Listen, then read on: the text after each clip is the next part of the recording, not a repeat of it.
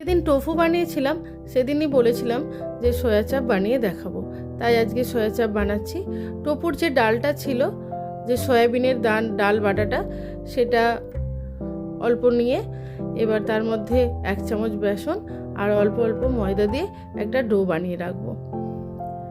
অল্প একটু তেল মাখিয়ে খানিকক্ষণ রেখে দিয়েছিলাম। এবার সেখান থেকে একটা লেচি নিলাম। এরকম হাতের সাহায্যেও পাতলা করে নেওয়া যায়, নাহলে একটা বেলনা দিয়েও বেলে নেওয়া যায়, কিন্তু খুব নরম হয়, সাবধানে এটা করতে হয়। এবার ওরকম করে পিস করে কেটে নিলাম, মাঝখান 2 পিস 3 পিস করে সরু সরু করে কেটে নেব।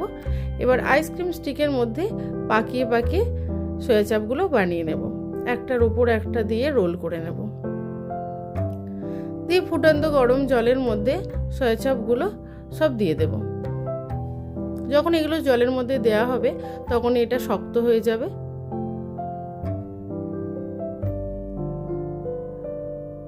এবার এটা ঢাকা দিয়ে ফুটতে দিয়েছিলাম।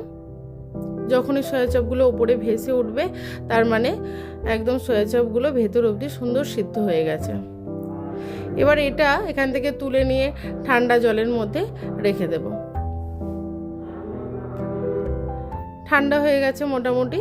এবার আইসক্রিম স্টিকগুলো বার করে নিয়ে জলটা ঝরিয়ে নিলাম, নিয়ে এবার পিস পিস করে সব কেটে নেব। এইগুলো কিছুদিনের জন্য আবার ডিপ ফ্রিজেও রেখে দেওয়া যায়।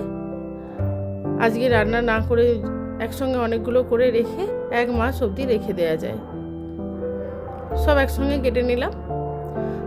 খুব শক্ত আর খুব সুন্দর তৈরি হয়েছে, আর ভেতরটা নরম হয়েছে। এবার একটু সর্ষের তেলের মধ্যে ভালো করে লাল লাল করে ভেজে নিলাম। ভাজা দেওয়ার সঙ্গে সঙ্গেই নাড়া যাবে না, 1 পিঠ হয়ে গেলে তারপর সেটাকে সুন্দর করে তুলে নিতে হবে। একটু লাল লাল করে ভাজতে হবে, তাহলে ওপরটা একটু ক্রিস্পি হবে। এবার অতটা তেল আর লাগলো না, কিছুটা তেল কমিয়ে নিয়ে তার মধ্যে জিরে আর হিং ফোড়ন দিলাম। এটাকে একটু ভালো করে ভেজে নিয়ে আদা বাটা দিয়ে দেব। 2 চামচ মতো একটু আদা বাটা দিয়ে দিয়েছিলাম। একটু নুন দিয়েছিলাম, আদাটা খুব ফুটছিল বলে। এবার 2টো টমেটো পেস্ট করে এর মধ্যে দিয়ে দিলাম। টমেটো আদা ভালো করে এর কাঁচা গন্ধটা চলে গেলে জিরে গুঁড়ো, ধনে গুঁড়ো, হলুদ গুঁড়ো আর 1 চামচ মতো একটু কাশ্মীরি লঙ্কার গুঁড়ো দিয়ে দিলাম। খুব সুন্দর একটা রং আসে। এটাকেও খুব ভালো করে কষিয়ে নেব।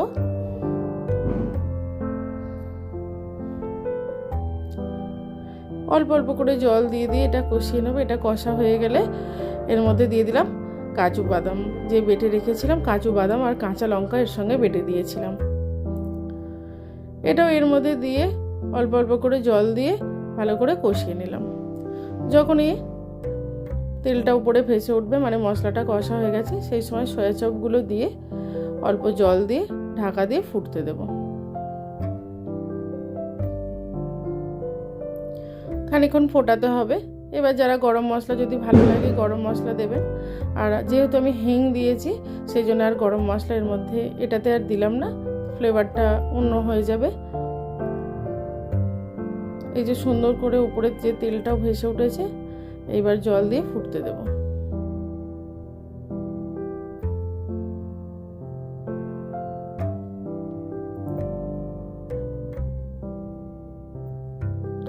ঢাকনা খুলে একটু নাড়াচাড়া করে ধনেপাতা দিয়ে সার্ভ করলে রেডি। এতক্ষণ ধরে আমার রান্নার ভিডিওটা দেখার জন্য অসংখ্য ধন্যবাদ। যদি এখনও আমার চ্যানেলটি সাবস্ক্রাইব না করেন তাহলে অবশ্যই সাবস্ক্রাইব করে দেবেন।